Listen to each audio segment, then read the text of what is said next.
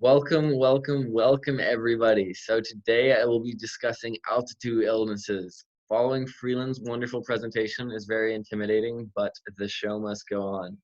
So you may wonder, why is there a mouse on the screen? Well, you are incorrect. That is not a mouse. That is actually a pike or pike. I do not know how it is pronounced, but it is a rodent that lives in some of the highest altitudes in the world, including the northern ridge of the Himalayas. I thought that I would intersperse some animals throughout this presentation so that if any point you feel overwhelmed by my wonderful information, you can look at the animals and just calm down a bit, because imagine how overwhelming it would be to be a rodent in this big world. Now, on to the altitude illnesses. So altitude illnesses, as you may expect from the name, are illnesses that occur when we are at high altitudes. First of all, we have to discuss what a high altitude is. So a high altitude is considered anything past 5,000 feet. So we can see in this little picture I've got on the screen, anything from sea level to 5,000 feet is above 84% oxygen levels in the air. So at that point, you're not going to suffer any altitude illnesses, or it would be very rare too. And you won't even notice a difference most of the time. So past this, we have a couple altitude illnesses, and I will get into that in a second. So the first of these altitude illnesses is acute mountain sickness, or AMS. So the signs and symptoms for this are headache, nausea, disturbed sleep, and loss of appetite. So this is a relatively minor altitude sickness, but it can turn into a major illness if it develops into a more serious condition. So the treatments for this are this isn't really a treatment, it's more of a prevention, but prepare a descent plan. Wherever you're going, whatever big trip you're going, it's going to take you up high into the sky. You should always have a descent plan prepared, whether it's conditions, whether someone does get an acute mountain sickness or one of the other illnesses we're going to be talking about today. It's so important to have a descent plan. Other things you need to do to deal with this are stay hydrated. Don't go any higher. You definitely want to stay until all your symptoms have passed for you to go any higher. If symptoms remain after 24 hours, it's recommended to descend and reassess the situation until your symptoms go away. Even if this is a pain, it's really important to do. Pain medication can be used for headaches, but it's important to avoid sedatives, because sedatives could mask symptoms for much more serious conditions that could be actual life threats. Continue to monitor vitals and mental status, because by monitoring those, we can make sure it does not turn into a more serious condition. You can see the cute little, I'm going to guess, yak in the corner. I didn't do my research, so we're all playing along with what animals these are I threw into my slideshow. Next, we have the high altitude pulmonary edema, or HAPE, H-A-P-E. The signs and symptoms for this are severe AMS, which is that acute mountain sickness we just talked about, shortness of breath, dry, wet cough, increased heart and respiratory rate. So you can tell from the pulmonary edema, this is going to be an illness regarding the lungs. And in more severe cases that are life threats, you're going to be able to hear rales, which is a sound of fluid in the lungs. So you can usually hear this as a rattling sound if you put a stethoscope on. Or if it's really bad, you can actually just put your ear to someone's chest and you'll be able to hear it when they breathe. Another symptom of really severe case of this is altered mental state, or cyanotic nail beds, which is just when the blood doesn't have enough oxygen, your nail beds will appear slightly blue tinged, and this is a sign. And coughing blood is another sign of high altitude pulmonary edema. And I think it's pretty clear when you're coughing blood, something is seriously wrong with your lungs. So luckily, the treatment protocol for this is super simple. If you've gotten it from going up into the sky, what should you do? I'm going to assume all of you got it right. Yes, you should go down. So you want to descend as quickly as possible until symptoms improve. Some people who have done a lot of diving and have, I know I've done a little bit, and you have to be really careful of how quickly you go up and how quickly you go down.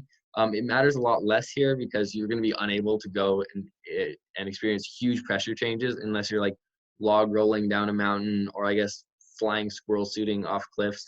So I wouldn't recommend any squirrel shooting or parachuting if you're suffering a high altitude pulmonary edema. But other than that, you just want to descend as quickly as possible until your symptoms improve. If you are unable to descend immediately, you should administer oxygen if you have it on you.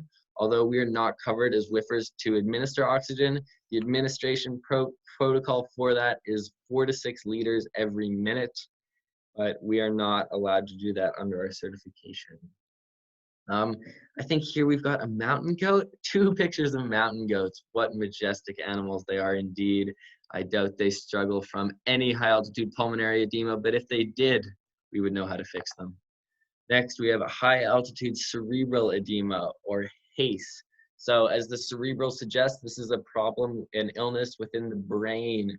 So the signs and symptoms of that are a change in mental state and severe lassitude, which is just like being really lazy, not wanting to move, not wanting to do things. Ataxia, which is a neurological sign of consisting of a lack of voluntary coordination. So this could show up as a speech impediment. This could show up as your eyes moving around. This could show up as you twitching. There's lots of different ways this can appear. And also unresponsiveness is another sign and symptom. So if we see any of these four, we know that this is a serious condition regarding high altitude cerebral edema. The treatment for this, just like the treatment for the other two, is to go down. So you always want to have your descent planned. You always want to go down as quickly as possible until those symptoms improve. And once again, you can administer oxygen if you have it on you and you have someone who is able to do that. If not, another thing is the hyperbaric bags.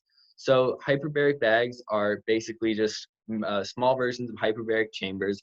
And what they do is they put you in there and then they pump it full of air slowly, which creates a simulation of you being at a much lower altitude with much higher gravitational pressure. We also aren't able to do this under our WIFR certification, sadly, but those bags do look very comfy. So I know that if I was ever suffering from a high altitude cerebral edema, I would feel nice, safe, and cozy if someone put me in one of those bags and made me feel better. Now, this is a very serious illness, and it usually occurs at very high altitudes, and we'll talk about how high later. But for now, let's just talk about how cute that little red panda in the corner is. Another animal, another trooper. He can survive up to 12,000 feet. Well done, little red panda. So now we should talk about some medications to be aware of. So the first medication that is by far the most common when talking about AMS, or acute mountain sickness, is Diamox, and is actually commonly bought across the counter in places like Nepal and South America, although in some places you do need a prescription for it. This will just help with the acclimatization and all of that. And then another thing is Decadron. So Decadron is just a brand name for dexamethasone. I don't know how to pronounce that, and I'm sure I butchered it completely. But this is a really common drug for for tons of different things. It's an anti-inflammatory, but is commonly used for pneumonia, skin diseases, allergic reactions, asthma, lots of other things, but a lot of things involving the lungs, especially like as I said before, allergies, asthma, pneumonia, and also for the where is it? High altitude pulmonary edema. There it is. Now, moving on to this beautiful picture I have. So this picture shows where you are most likely to develop different illnesses. So we can see from that 5,000 to 15,000 range, it's mostly just going to be AMS, or acute mountain sickness, which is in most cases very treatable just by descending a small amount or treating the symptoms and acclimatizing. Then we get into that HAPE, that high altitude pulmonary edema range, starting at 15,000, but it can start lower, and both that and the high altitude cerebral edema can go very high, and both become very dangerous life threats. Then we have prevention. So the most important thing always is prevention, and there are very easy things you can do to stay safe while on your adventures up high into the sky. The first is to prepare an ascent plan. So you always want to map out your weather. You want to figure out who you're going with, where you're going to stop, how fast you have to go. And you want to make sure that you get tons of rest and go slow when you're doing this, because that gives your body the most time to acclimatize.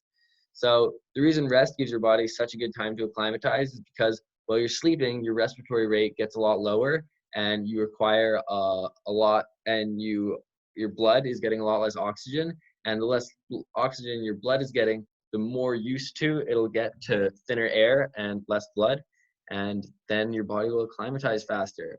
Also stay hydrated. That is always super important, and be conscientious of your ego. So this might seem like a strange one, but it's really important not to peer pressure people if you're going with a group. The last thing you want is someone who doesn't want to admit their symptoms, who thinks, oh, it's just a little bit of nausea, I'll be fine. And then suddenly you go up another 1,000 feet and they've developed high altitude pulmonary edema. That's the last thing you'd want. So it's really important to be conscientious of both your own ego and to make sure that others are feeling like they're able to speak and uh, be clear on everything they are feeling. So then I have this wonderful picture of people going on a hike, and this just reminds people that high altitudes are not always a bad thing. There are lots of great things that come from going into high altitudes, like beautiful views, and it can actually be beneficial for your health. Spending time at higher altitudes forces our bodies to compensate for the reduced oxygen levels in the air. The body produces more red blood cells, and the one it already produces become more efficient. With more red blood cells, our bodies are able to transfer oxygen and carbon dioxide in and out of our bodies much more easily, and by spending just 1 month a year at 5,000 feet or above, it can increase red blood cell productivity by nearly 30%. On a much less scientific note, if you're an avid fan of sports involving balls, then the heights are the place for you. With thinner air, which means the molecules in the air are less dense, it offers much less resistance.